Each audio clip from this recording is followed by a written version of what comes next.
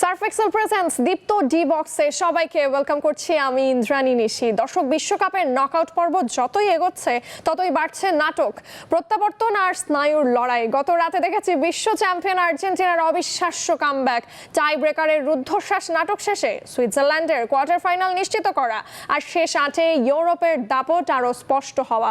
এখন পর্যন্ত কোয়ার্টার ফাইনালের 8 দলের মধ্যে 6টি ইউরোপের। তাহলে কি 2026 বিশ্বকাপ ইউরোপিয়ান ফুটবলের আধিপত্যের নতুন অধ্যায় লিখছে? আজকের দীপ্ত ডি বক্সে থাকছে আর্জেন্টিনার অবিশ্বাস্য প্রত্যাবর্তন, সুইজারল্যান্ডের টাই ব্রেকারের জয়, ইউরোপের দাপটের বিশ্লেষণ, আজকের moment of the day, Surf Excel fan of the day এবং কোয়ার্টার ফাইনালের পূর্ণাঙ্গ প্রিভিউ। দর্শক, আজকে আমার সাথে রয়েছেন বাংলাদেশ জাতীয় ফুটবল দলের গোলরক্ষক কোচ নুরুজ্জামান নয়ন। ওয়েলকাম করছি ভাইয়া আপনাকে। আমরা বিস্তারিত আলোচনায় যাব। নতুন সার্ফ এক্সেল এক্সপার্ট হোয়াইট, যার হোয়াইটেনিং বুস্টার্স কঠিন দাগ দূর করে আর সাদা কাপড়কে করে 5 শেড পর্যন্ত সাদা। আসল হোয়াইট মানে এক্সপার্ট হোয়াইট। এক্সাইটিং একটা ম্যাচ আমরা দেখেছি গতকাল রাতে, এবং অন্তত হাফ টাইম পর্যন্ত আসলে রেজাল্টটা কি হতে যাচ্ছে আমরা বুঝতেও পারছিলাম না দর্শক। এবং 2-0 পিছিয়ে থেকেও 79 মিনিটের মাথায় অবিশ্বাস্য এক প্রত্যাবর্তন দেখলাম আমরা আর্জেন্টিনার। এটাই আসলে বিগ ম্যাচের সবচাইতে বড় ম্যাজিক। মেসির অ্যাসিস্ট, মেসির গোল, মেসির বিশ্ব রেকর্ড, এনজো ফার্নান্দেজের জয়সূচক হেড, মিশরের দুর্দান্ত কাউন্টার অ্যাটাক, সেটা স্বীকার করতেই হবে বিকজ আমরা দেখেছি শোবেরের অসাধারণ এক গোলকিপিং। মেসির পেনাল্টি মিসের পর থেকে কিছুটা চাপে পড়ে যায় আর্জেন্টিনা, বাট আমরা দেখেছি কি সুন্দরভাবে কামব্যাক করেছে।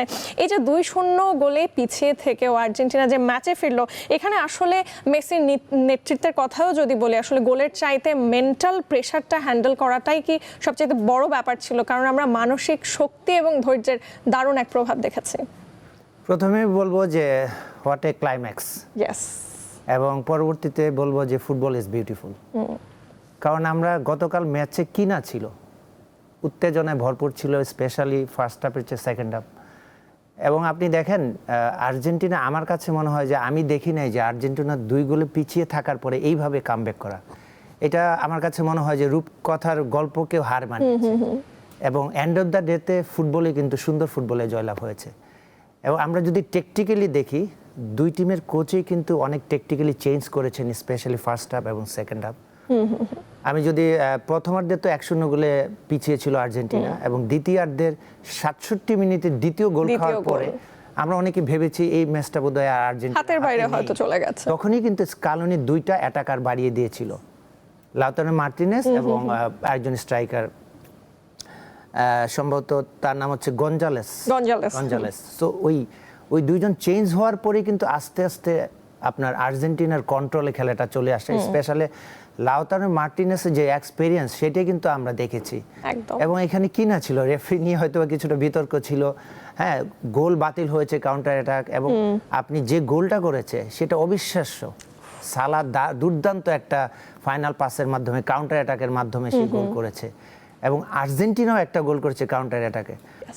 এবং এই ম্যাচটাকে আমার কাছে মনে হয়েছে যখন 2-2 হয়েছে, স্পেশালি মেসির যে দ্বিতীয় গোলটা, সেটাও কিন্তু গোলকিপার মোস্তফা অলমোস্ট সেভ করে দিচ্ছিলেন। এবং আমি বলবো যে 2 গোল খাওয়ার আগ পর্যন্ত মোস্তফাই নায়ক ছিল, কি বলবো, টিমের পুরো ম্যাচের। কিন্তু 2-2 হওয়ার পর আমরা ভাবছিলাম যে খেলাটা হয়তোবা পেনাল্টি শুট আউটে যাবে।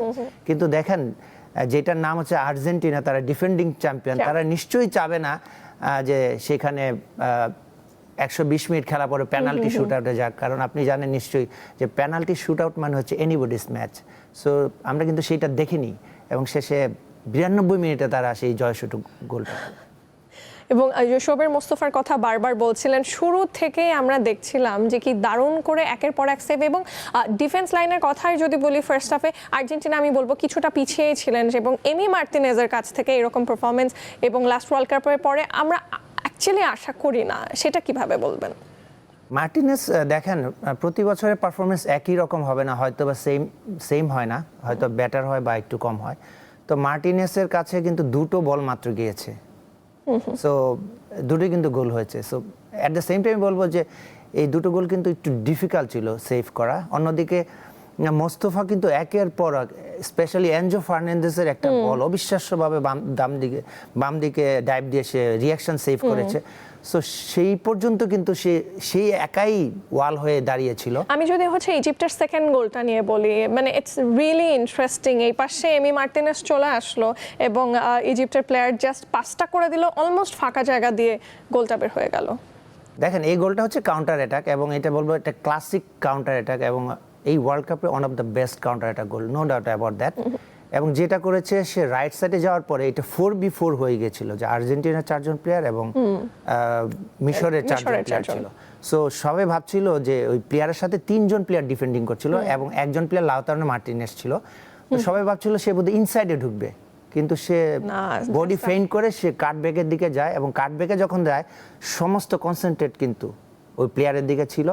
এবং এটা বলবো যে স্ট্রাইকারের ক্রেডিট, সে লাউতারো মার্টিনেস কিন্তু স্ক্যান করছিল সেই প্লেয়ারটাকে, ঠিক যখন স্ট্রাইক করে তখনই কিন্তু সে লুজ মার্ক করে এবং সে বিহাইন্ড থেকে এসে নিয়ার পোস্টের দিকে মানে বল যায়, এবং এটা খুবই পাওয়ারফুল শট ছিল, সেখান থেকে আসলে সেভ করা দূর হয় একটা কাজ। সেক্ষেত্রে মিশর আসলে হারলো কোথায়, ডিফেন্স অর ম্যাচ ম্যানেজমেন্টে? শেষের দিকে কি তারা সামহাও একটু ফোকাস হারিয়ে ফেলেছিল কিনা? দেখেন এক গোল দেওয়ার পরে প্রথমে যেভাবে শুরু করেছে মিশর, তারা কিন্তু মিড ব্লক করেছে, বাট এক গোল দেওয়ার পরেই যখন আপনি আর্জেন্টিনা প্রেসিং করছিল, অল আউট ফুটবল খেলছিল, তখন কিন্তু তার লো ব্লকে চলে যায় এবং সামটাইমস তাদের ফরমেশন 5-4-1, এবং পরবর্তী সময় আমরা দেখেছি স্পেশালি সেকেন্ড হাফে তারা 6-3-1 চলে আসে এবং 6 জন ডিফেন্ডার। আপনি 6 জন ডিফেন্ডার এবং তারা নেগেটিভ যেহেতু লো ব্লকে চলে যায়, কাউন্টার অ্যাটাক ফুটবল খেলে, এবং আর্জেন্টিনাকে কিন্তু কোনোভাবেই সে মানে দেয়ালটা ভাঙতে পারছিল না তার লো ব্লকটা, কারণ 6 জন প্লেয়ার যখন থাকবে, উইং থেকে যখন ক্রস হচ্ছিল বারবার কিন্তু মাঝখানে আপনার মিশরের কিন্তু নিউমেরিক্যাল অ্যাডভান্টেজ ছিল ডিফেন্ডারের, যার কারণে কিন্তু সেখানে খুব বেশি তেমন কিছু করতে পারছিল না। অ্যাট দ্য সেম টাইম সেন্ট্রালও ব্লক করেছিল, এবং মেসির প্রথমার্ধে বলবো যে আসলে পেনাল্টি মিস হওয়ার পর থেকে কিছুটা নিষ্প্রভ ছিল, পরে তো উনি পজিশনও চেঞ্জ করে ফেললেন। পরে সেকেন্ড হাফে আমরা যেটা দেখেছি মেসিকে স্কালোনি তার অরিজিনাল যে প্লেস রাইট উইংয়ে যায়, কারণ রাইট উইং থেকে সেই ইনভার্টেড খেলে, সো সেখান থেকে কিন্তু আমরা প্রথম গোলটা দেখেছি যে ক্রসের মাধ্যমে প্রথম গোল হয়েছে, এবং তখন কিন্তু সে দু একটা বলও কিন্তু 2-3 গোল কাটিয়ে কাটব্যাক করেছিল, বাট লাউতারো মার্টিনেস সেটা মিস করে। এবং শেষের দিকে আমরা আরো কিছু চেঞ্জ দেখি, ওতামেন্দিকে নামানো হয়, আলভারেজকে তুলে নেওয়া হয় এবং আরো বেশ কিছু চেঞ্জেস। এটা কতটা প্রভাব রেখেছে দুই তরফে? আসলে ইজিপ্টেও আমরা বেশ কিছু দেখেছি চেঞ্জ আসতে। না, অফকোর্স এখানে যেটা আপনি আর্জেন্টিনা যেটা করেছে কোচ, সেটা হচ্ছে আপনি 67 মিনিটে 0-2 হওয়ার পরে সে কিন্তু লাউতারো মার্টিনেস এবং গাঞ্জালেসকে নামানোর পরে তাদের কিন্তু অ্যাটাকিং অনেক বেশি বেটার হয়, স্পেশালি লাউতারো মার্টিনেস। এবং যেটা কাউন্টারে গোল হয়েছে সেটা আমি বলবো যে আমরা ভাবছিলাম যে সেখান থেকে আলভারেজ বলটা রাইট সাইডে দেয় এবং সে কিন্তু ফার্স্ট অ্যাটাক করে স্পেসে, এবং সে কিন্তু ওয়েট করছিল এনজোর জন্য। এবং আমি নিজেও বলছিলাম, যেহেতু ফোকাসটা তার দিকে ছিল, আমি নিজেও বলছিলাম যে সে ডিলে করছে কেন, কারণ ফুটবলে একটা কথা আছে বা টেকনিক আছে যে আর্লি ক্রস এবং ডিলে ক্রস, সেটা নির্ভর করছে যে আপনার স্ট্রাইকিং এর পজিশন এবং স্ট্রাইকিং সে গোল মাউথে সে কতটুকু যেতে পারছে বা পারবে সেটার উপর নির্ভর করছে, এবং সে ওয়েট করছিল সেই মোমেন্টটার জন্য এনজো। এবং আপনি দেখেন এমন একটা সুন্দর ক্রস করে, এবং এনজোকেও কিন্তু ডিফেন্ডার সে স্ক্যান করছিল, কিন্তু শেষ মুহূর্তে সে একটা কি বলবো মনে হচ্ছিল যে ইনসাইডে যাবে, ইনসাইডে নিয়ে যে পিছন থেকে একটা ব্যান্ড রান্টের মাধ্যমে কিন্তু সে স্ট্রাইক করে। এখানে গোলকিপার দেখা ছাড়া কিছু কথা বলবো এক্স্যাক্টলি, বাট তার আগে আমরা একটু পরের ম্যাচে আলোকপাত করতে চাই। অ্যানাদার ম্যাচ সুইজারল্যান্ড বনাম কলম্বিয়া। অনেকে কলম্বিয়াকে ন্যাচারালি দক্ষিণ আমেরিকার দেশ হিসেবে এবং এক্সপিরিয়েন্সড একটা কান্ট্রি হিসেবে অনেকে এগিয়ে রাখছিলেন, বাট খেলা আসলে গড়ায় অনেক দূর। টাই ব্রেকারে 4-3 জয়, রুবেন ভার্গাসের জয় সূচক পেনাল্টি, কলম্বিয়ার ফিনিশিং ব্যর্থতা, সুইজারল্যান্ড ফাইনালে কোয়ার্টার ফাইনালে। এবং যেটা আমরা জানি আর্জেন্টিনার নেক্সট ফেস অফ হবে আসলে কোয়ার্টার ফাইনালে সুইজারল্যান্ডের সাথে। কলম্বিয়া পুরো ম্যাচে আসলে রীতিমতো ডমিনেট করেছে ভাইয়া, আপনি নিশ্চয়ই আমার সাথে একমত হবেন, বাট ফাইনালে আসলে মানে জয় গোল আসলে কোনোটাই কেন পেল না 90 মিনিটসের ভেতরে? দেখেন ওরা পুরো ম্যাচে ডমিনেট করেছে, স্পেশালি আমি যেটা বলতে চাই সেটা হচ্ছে ফিনিশিং দুর্বলতা, যেখানে দিয়াজের মতো প্লেয়ার আছে কিন্তু সেও কিন্তু কিছু করতে পারছিল না, এবং বল পজিশন থেকে আরম্ভ করে সবকিছু কিন্তু ভালো ছিল, বাট ফিনিশিং দুর্বলতা। অ্যাট দ্য সেম টাইম যে সুইজারল্যান্ডের গোলকিপার সেও কিন্তু দুর্দান্ত পারফরমেন্স করেছে। আমরা যেটা সবসময় সব টক শোতে বলছি আমরা যে এবারে বিশ্বকাপটা মনে হচ্ছে একটা টিমের সাথে একটা গোলকিপারের ফাইট ব্যাটেল, সেটা কিন্তু আমরা আরেকবার দেখলাম। এবং এই গোলরক্ষক হিসেবে পেনাল্টি শুট আউটে সবচাইতে ইম্পর্টেন্ট ব্যাপারটা কি, যেহেতু ভাই আপনি বর্তমানে একজন কোচ হিসেবে রয়েছেন? না, এটা আসলে সাইকোলজিক্যাল গেম, এবং বর্তমান সময়ে যেটা হয় কি অনেক বেশি অ্যানালিটিক্যাল অ্যানালাইসিস করা হয় যে প্রতিপক্ষ যে পেনাল্টি শুট আউট, শুধু পেনাল্টি শুট আউট না, ম্যাচের মধ্যে যদি কেউ পেনাল্টি মারে সেগুলো নিয়ে অ্যানালাইসিস করা হয়, এবং সেটা করে থাকেন গোলকিপিং কোচ। এখন অনেক সফটওয়্যার আছে যার মাধ্যমে আপনি যদি স্ট্রাইকার হন, আপনার গত 20টা পেনাল্টি সেটা কিন্তু মানে জাস্ট 1 মিনিটেই পাওয়া সম্ভব, এবং সেটা কেটে কেটে সেটাকে নিয়ে কাজ করেন যে এইটা 20টার মধ্যে আপনি ডান দিকে কয়টা মেরেছেন, বাম দিকে কয়টা মেরেছেন, বা মাঝখানে কয়টা এবং আপনার বডি ল্যাঙ্গুয়েজ কিরকম থাকে, কতটা মাইন্ড গেমস খেলেন। আমরা 22-এ যেমন এমি মার্টিনেজের দেখেছি যে উনি প্রচুর মাইন্ড গেমস খেলেন এবং ম্যানিপুলেট করেন সামহাউ। এটা বিষয়টা হচ্ছে কি, আপনি যখন গোলকিপার খেলবেন তখন চাবেন যে স্ট্রাইকারকে মানে যে বল মারতে আসে কনফিউজ করে দিতে, ল্যাক অফ কনসেন্ট্রেশন, এবং অনেক সময় স্লেজিং করে। এটার কারণটা হচ্ছে দেখবেন যে অনেক সময় কি বলে মারার আগে বার থেকে বেরিয়ে যায়, মানে আনএক্সপেক্টেড কিছু করে যাতে তার মনোযোগটা ব্রেক হয়। সো এটা অনেকটা মাইন্ড গেম, এবং এট দ্য সেম টাইম আপনি দেখবেন যে গোলকিপার অনেক সময় বাম দিকে যে শেষ মুহূর্তে কিন্তু চেঞ্জ করে ফেলে। সো এই যে টেকনিক্যাল বিষয়গুলো, এগুলো আসলে প্রি প্ল্যানেই থাকে যে কোন প্লেয়ারের সাথে কিভাবে আসলে গোলকিপার বলটা সেভ করবে। এবং আমার মানে ম্যাচ চলাকালীন যে পেনাল্টি হয়, আমি মানে পরে দেখা যায় যে পুরোনো ম্যাচগুলোতে আমি দেখি, আমার খুব মজা লাগে। অনেক সময় দেখা যায় যে CR7 হয়তো আমরা বুঝতে পারছি উনি হয়তো দিবেন, বাট না, উনি জাস্ট কাটিয়ে দৌড় মেরে গেলেন, আরেকজন এসে দিয়ে দিল। আমি পুরোনো ম্যাচগুলো খুব দেখছিলাম, যেমন ডেভিড বেকহামের একটা ম্যাচ দেখছিলাম যে ওনার পেনাল্টি করার কথা, উনি শটটা নিবেন, বাট না, পেছন থেকে আরেকজন এসে গোল দিয়ে দিলেন। আনফরচুনেটলি প্লেয়ারের নাম মনে নেই, পরে এসে বলছিলেন যে সো সরি, বাট গোল হয়ে গেছে ততক্ষণে। এনিওয়ে, সুইজারল্যান্ড কি আবারও আসলে টুর্নামেন্ট টিম এটা প্রুফ করলো, কি মনে হয়? না, সুইজারল্যান্ড তো অবশ্যই, যে এখানে তারা যেহেতু কোয়ার্টার ফাইনাল উঠেছে, তাদের যোগ্যতা দিয়ে উঠেছে, এবং পেনাল্টি শুট আউট যদিও তারা জিতেছে, এবং নেক্সট ম্যাচ যেহেতু আর্জেন্টিনার সাথে, এবং আমরা যেটা বলবো যে নকআউট পূর্ব কিন্তু আমরা অনেক প্রেডিকশন করেছি, আপনিও করেছেন হয়তো বা আমিও করেছি, কিন্তু সব প্রেডিকশন কিন্তু মিলে নেই। কারণ নকআউট হচ্ছে আপনি হারলেই বাদ, হারলেই মানে আপনি দেশে ফিরে যেতে হবে। তো সেখানে যেটা হচ্ছে, আমরা যেটা দেখেছি মিশরে কিন্তু এই জন্য প্রেসিং ফুটবল এবং ইন্ডিভিজুয়াল যে কি বলবো ডুয়েলসে তারা যেভাবে হাড্ডাহাড্ডি লড়াই করেছে, এবং ফিজিক্যাল গেম, এবং যেটা বাতিল করেছে কাউন্টার অ্যাটাক, এইটা বেস্ট গোল বলবো। আনফরচুনেটলি তারা হয়তো সেটা গোল পায়নি। আপনি দেখেন 3-4জন প্লেয়ার আর্জেন্টিনা স্লাইড করছে, ট্যাকেল করছে, কিন্তু কোনোভাবেই কিন্তু তারা প্রতিরোধ করতে পারেনি। সো যেহেতু নকআউট খেলা, যার যার জায়গা থেকে তার সর্বোচ্চ চেষ্টা করবে এটা জয়লাভ করার জন্য। সেক্ষেত্রে আমার কাছে আবারও মনে হয় যে সুইজারল্যান্ডকে একটু ছোট টিম মনে হলেও যে সুইজারল্যান্ডও কিন্তু আর্জেন্টিনার সাথে একটা ভালো ফাইট দিবে।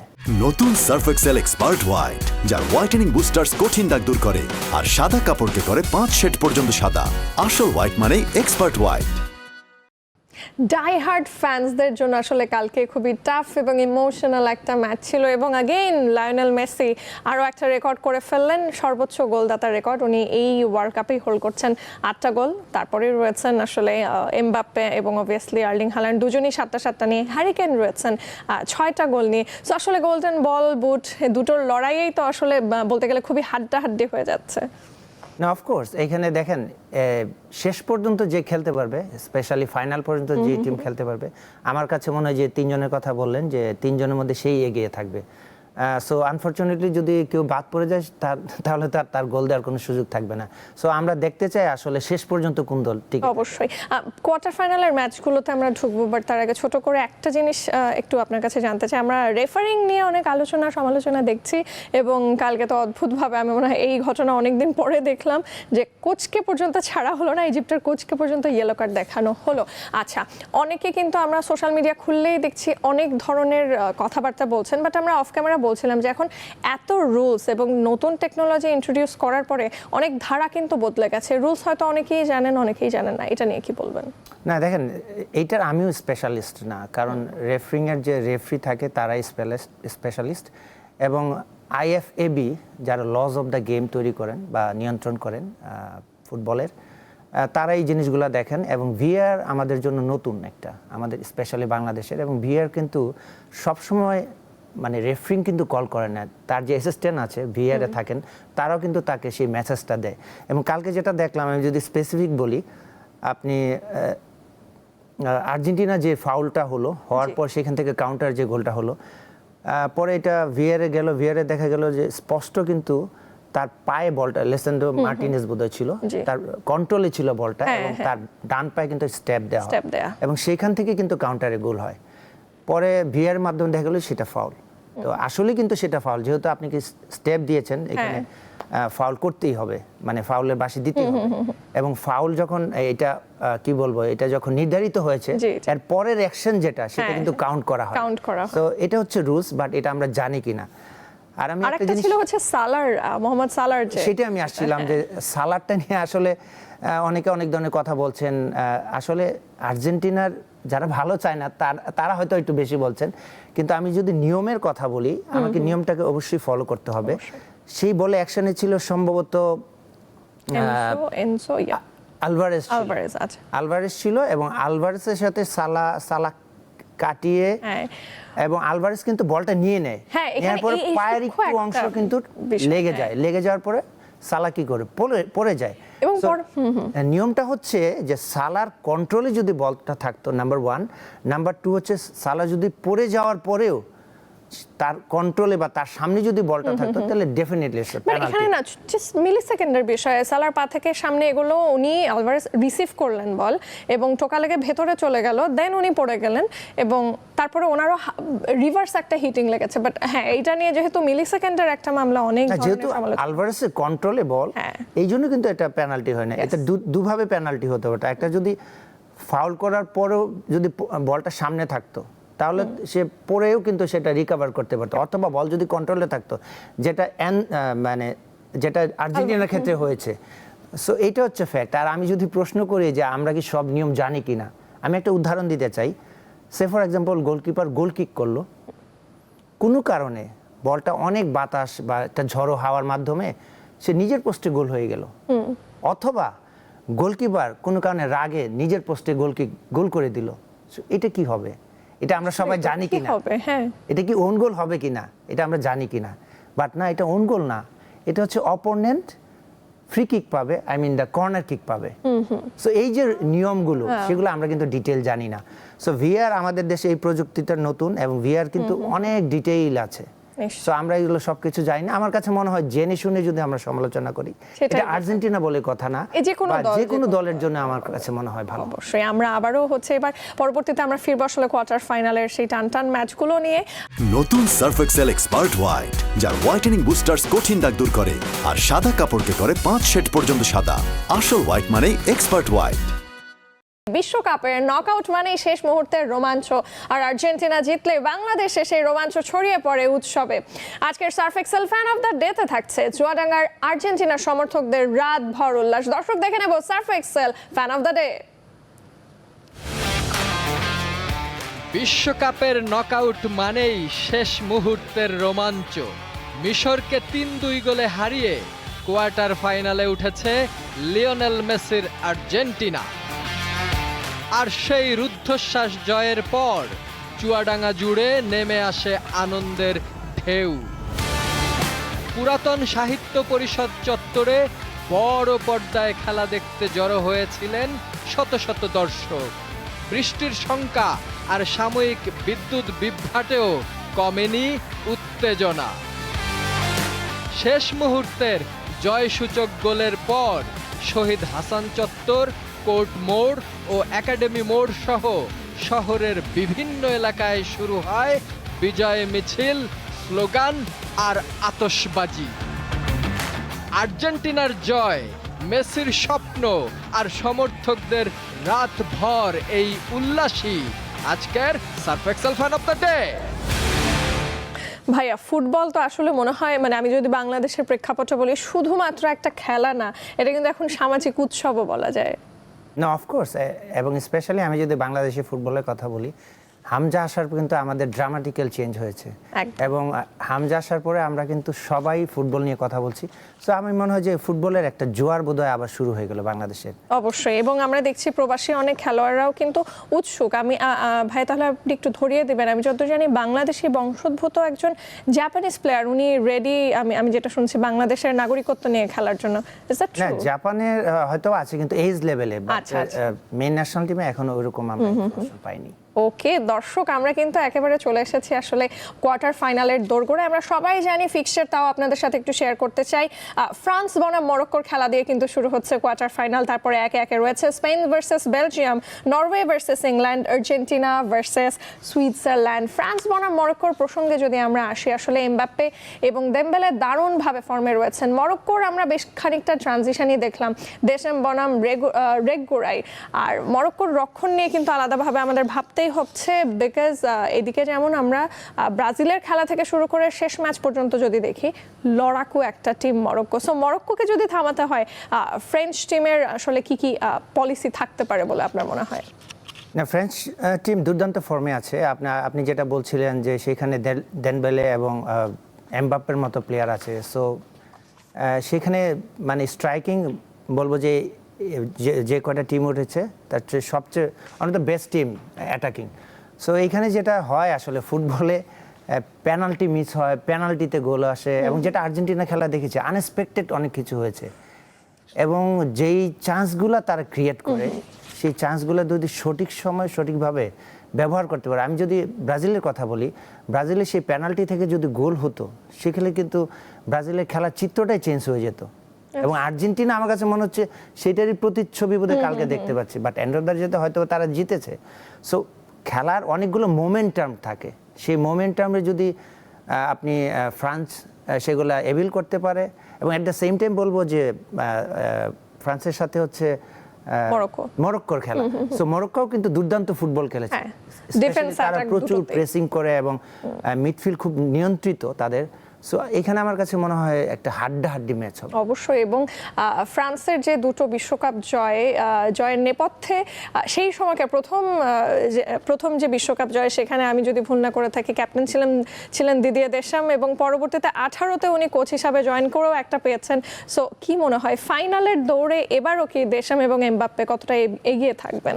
না, অফকোর্স দেশাম তো অনেক এক্সপিরিয়েন্সড কোচ, স্পেশালি ওয়ার্ল্ড কাপে সে ওয়ার্ল্ড কাপ জিতে নিজে খেলেছেন অ্যাজ এ ক্যাপ্টেন, এবং সে ন্যাশনাল টিমে 2012 থেকে আছে, সে লম্বা সময়।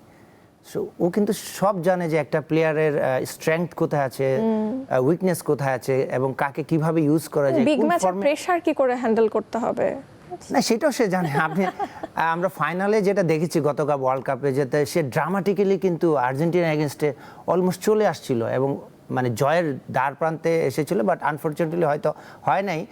একটা দুর্দান্ত গোলকিপিং আমরা দেখেছি আর্জেন্টিনার মার্টিনেসের, বাট সে অনেক অভিজ্ঞ। আমার কাছে মনে হয় অভিজ্ঞতা তাকে অনেক এগিয়ে রাখবে, এবং সে হাইয়েস্ট লেভেলে ফুটবল খেলেছে এবং সবাইকে সে চেনে। বাট আমি বলবো যে নকআউট খেলা মানে আগে থেকে প্রেডিকশন করা ভেরি ডিফিকাল্ট, কারণ আপনি দেখেন মরক্কো কিন্তু এই ধরনের ফুটবল প্রেসিং খেলেনি তারা। মানে এইটাও কিন্তু একটা সারপ্রাইজিং আর্জেন্টিনার জন্য। সো এরকম কিছু হতে পারে, কিন্তু আমরা আগে থেকেই বলতে পারবো না যে ফ্রান্স এগিয়ে থাকবে, বাট এখানে একটা হাড্ডাহাড্ডি লড়াই। সেক্ষেত্রে এবার যদি আসি স্পেন ভার্সেস বেলজিয়ামের খেলায়, স্পেনের টানা একটা ক্লিন শিট রয়েছে এবং এখন পর্যন্ত তারা কিন্তু গোল হজম করেনি এবং জিতেই রয়েছে। ইয়ামালের কাছ থেকে আমরা গোল এক্সপেক্ট করছি, উনি ভালো খেলছেন, চেষ্টা করছেন, বাট এখন আসলে সেইভাবে ক্লাবে যেরকম জ্বলে উঠতে দেখে ওভাবে দেখিনি। ডি ব্রুইনার যেমন এক্সপিরিয়েন্স রয়েছে, এবং বেলজিয়ামের কাউন্টারও কিন্তু খুবই ভালো, লুকাকু গোল পেয়েছেন। ওখানে এক্সপিরিয়েন্স বা এজড প্লেয়ার থাকলেও তারা কিন্তু স্টিল ধরে রেখেছেন, এবং ইউএস এর সাথে ম্যাচে মানে 4টা গোল 4টাই অসাধারণ। কি বলবেন ভাইয়া, স্পেনের বল দখলে আসলে ফুটবল ভাঙার সবচেয়ে কার্যকর উপায়টা কি? না, স্পেন আপনি দেখেন তাদের মিডফিল্ড নিয়ন্ত্রিত ফুটবল খেলে, এবং স্পেনের যেটা সিমন, সে কিন্তু 609 মিনিট কোনো গোল খায়নি, যেটা ফুটবল ইতিহাসে ওয়ার্ল্ড কাপে একটা রেকর্ড। তার কৃতিত্ব তাকে দিতেই হবে, এবং সেটার দাবিদার শুধু গোলকিপার না, সেটা ডেফিনেটলি ডিফেন্স। এবং ডিফেন্সকে কারা হেল্প করে? ডিফেন্সকে মিডফিল্ড হেল্প করে। তো আমি বলবো অ্যাজ এ টিম তারা খুবই ব্যালেন্সড, গোলকিপিং, ডিফেন্সিভ এবং অ্যাটাকিং। তো তারা সবসময় চেষ্টা করে মিডফিল্ডটাকে কন্ট্রোল করা এবং টেম্পোটাকে কন্ট্রোল করা। সো এই মিডফিল্ডটাকে যদি ব্রেক করা যায় সেই ক্ষেত্রে তাদেরকে হয়তোবা আমার কাছে মনে হয় হারানো সম্ভব। আর যদি বেলজিয়ামের আপনি যেটা বলছিলেন যে তাদের অপোনেন্ট হচ্ছে বেলজিয়াম কিছুটা বয়স্ক এভারেজ প্লেয়ার রয়েছে, বাট লুকাকু যে এক্সপিরিয়েন্স সে কিন্তু চেঞ্জিং এ নেমে বেশ কয়েকটা গোলও করেছে। এবং সেক্ষেত্রে এই ম্যাচকে আসলে তাদেরকে লো ব্লকে খেলতে দেখবো নাকি মাঝ মাঠে প্রেসটা করতে দেখবো, এটা নিয়েও আসলে অনেক কৌতূহল মাথার মধ্যে ঘুরছে। না, অফকোর্স এটা আসলে দেখেন এটা সম্পূর্ণ নির্ভর করছে হচ্ছে কোচের উপরে, যে অপোনেন্ট কি ধরনের ফুটবল খেলে, অপোনেন্টের কি ধরনের থ্রেট আছে, তো সেইটার উপর নির্ভর করে। আমার কাছে মনে হয় না যে তারা লো ব্লক খেলবে, হয়তো মিড ব্লক খেলতে পারে। আর আমরা যদি দেখি শেষ 8-এর 6টাই ইউরোপিয়ান দল, তো এইটা নিয়ে অনেক আসলে আলোচনা হচ্ছে, মানে এটা কি আসলে ইউরোপিয়ান ফুটবলের আধিপত্য প্রমাণ করে কিনা? না দেখেন, ইউরোপ কিন্তু আমাদের ফুটবলের অনেক এগিয়ে আছে ইউরোপ, এটা আপনাকে মানতেই হবে। এবং ইউরোপে যে 5টা লিগ হয়, হ্যাঁ আমরা যদি বলি এইটাই কিন্তু শীর্ষ লিগ পৃথিবীর, সেকেন্ড বেস্ট। তো সেইটা যদি আমরা বিবেচনা করি সেখানে ইউরোপের প্রাধান্য সেটা থাকাটা খুবই একটা স্বাভাবিক। আর ছোট করে যদি জানতে চাই যে আসলে উত্তর বা দক্ষিণ আমেরিকার দলগুলোর মানে বড় উইকনেস কোথায় দেখা যাচ্ছে? একের পর এক কিন্তু মানে বাদ পড়ে গেছে অনেকগুলো দল। ফুটবলের কথা যদি আপনি চিন্তা করেন, এখানে ফুটবলের স্ট্রাকচার, কালচার এবং কোচিং স্ট্যান্ডার্ড যদি বলেন, সেখানে আমার কাছে মনে হয় কিছুটা হলে ইউরোপের থেকে পিছিয়ে আছে। বা একাডেমির কথা যদি বলি, পৃথিবীর বড় বড় একাডেমি সব কিন্তু ইউরোপে। সো এই একাডেমির দিক থেকে আমার কাছে মনে হয় কিছুটা পিছিয়ে আছে। এবং যেটা বলছিলেন ফুটবল কালচার এবং লিগের স্ট্যান্ডার্ড কিন্তু একটা বড় ফ্যাক্ট। আপনি ইংল্যান্ড যে ফুটবল খেলছে, ইংল্যান্ড হচ্ছে পৃথিবীর one of the best English premier league. So সেখানে থেকে কিন্তু এই ইংল্যান্ডের সব প্লেয়ার, ম্যাক্সিমাম প্লেয়ার খেলে। সো আমার কাছে মনে হয় যে ইউরোপিয়ান যে লিগগুলো রয়েছে সেটার স্ট্যান্ডার্ড পৃথিবীর সবচেয়ে হাইয়েস্ট লেভেল। এইটা একটা কারণ যে ইউরোপের যে ডমিনেট করছে ওয়ার্ল্ড কাপ। অন্যদিকে আপনি উত্তর আমেরিকা বা দক্ষিণ আমেরিকার যে লিগগুলো বলবো, তাদের খুব ভালো প্লেয়ার আছে, তারা কিন্তু নিজের দেশে খেলে না, তারা কিন্তু সবাই ইউরোপেই খেলে। সো এইটা একটা কারণ হতে পারে। ওকে, থ্যাংক ইউ সো মাচ ভাইয়া। আজকের মতন আয়োজনটা শেষ করতে হচ্ছে, বাট আশা রাখছি দেখা হবে পরবর্তী কোনো পর্বে। আপনাকে অনেক ধন্যবাদ। দর্শক, বিশ্বকাপের নকআউট পর্ব আবারও মনে করিয়ে দিল ফুটবলে শেষ বাঁশি বাজার আগেই কিছু শেষ নয়। আর্জেন্টিনার অবিশ্বাস্য প্রত্যাবর্তন, সুইজারল্যান্ডের স্নায়ুযুদ্ধ জয়ের গল্প আর ইউরোপের শক্তিশালী উপস্থিতি সব মিলে কোয়ার্টার ফাইনালের মঞ্চ এখন আরও জমে উঠেছে। আগামী 2 দিনে শুরু হচ্ছে শেষ 8-এর মহারণ। France versus Morocco, Spain versus Belgium, প্রতিটি ম্যাচই হতে পারে ফাইনালের আগাম স্বাদ। সেসব গল্প, বিশ্লেষণ আর বিশ্বকাপের নতুন নাটক নিয়ে আবারও ফিরবো আগামীকাল। আজকের মতন বিদায় নিচ্ছি আমি ইন্দ্রাণী নিশি। সাথে ছিলেন বাংলাদেশ জাতীয় ফুটবল দলের গোলরক্ষক কোচ নুরুজ্জামান নয়ন। আগামীকাল আমাদের মাঝে অতিথি হিসাবে স্টুডিওতে উপস্থিত থাকবেন বাংলাদেশ জাতীয় ফুটবল দলের কোচ থমাস ডুলি। দেখছিলেন Surf Excel presents Deepto D box. সবাই ভালো থাকবেন। Good evening.